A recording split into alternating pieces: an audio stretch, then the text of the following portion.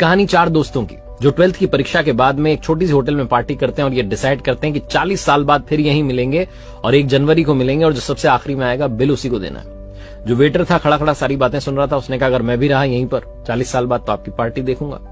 40 साल बाद पहला दोस्त पहुंचता है उस होटल में जो कि 5 स्टार होटल बन चुकी थी। वो वेटर मालिक बन चुका था। वो कहता है पहचानने के बाद कि मनीष जी आइए बैठिए, मैंने आपको पहचान लिया, मैं अब यहाँ मालिक बन चुका हूं, मैं वही वेटर हूं। मनीष कहता है क्या बात है।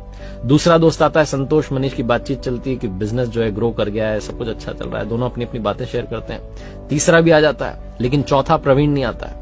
वो जो सेठ है वो आकर के कहता है कि आप भोजन शुरू कीजिए, ऑर्डर कीजिए मेन्यू में से। प्रवीण सर ने कहा है आप मंगवा लीजिए, वो आ ही रहे हैं। डिनर शुरू कर देते हैं, डिनर कर भी लेते हैं। बिल देने की बारी आती है तो इन्हें लगता है चलो हम ही पे कर देते हैं। वो सेठ जो था भूला हुआ आकर के कहता है कि आपका पेमेंट हो चुका है, प्रवीण सर ने कर दिया। भारी मन से उठ करके जाने लगे कि चौथे दोस्त से मिलना नहीं हुआ। तभी एक सरकारी गाड़ी आती है, एक बंदा उसमें से उतरता है और लड़का आकर के तीनों को प्रणाम करके कहता है नमस्ते अंकल, मेरे पिताजी टीचर बन गए थे, मुझे कलेक्टर बनने के काबिल कर दिया और वो 1 महीने पहले ये दुनिया छोड़कर चले गए। उन्होंने मुझसे कहा था कि जब वो तीनों पार्टी खत्म कर दें उसके बाद जाना और पेमेंट वगैरह कर देना। पिताजी अब इस दुनिया में नहीं है। ये तीनों रियलाइज करते हैं कि 40 साल बाद क्यों मिले, 40 दिन बाद ही मिल लेते। अपनों से मिलते रहिए इससे पहले कि कोई आपका अपना आपको छोड़ के चला जाए, क्योंकि आदमी पानी का बुलबुला है।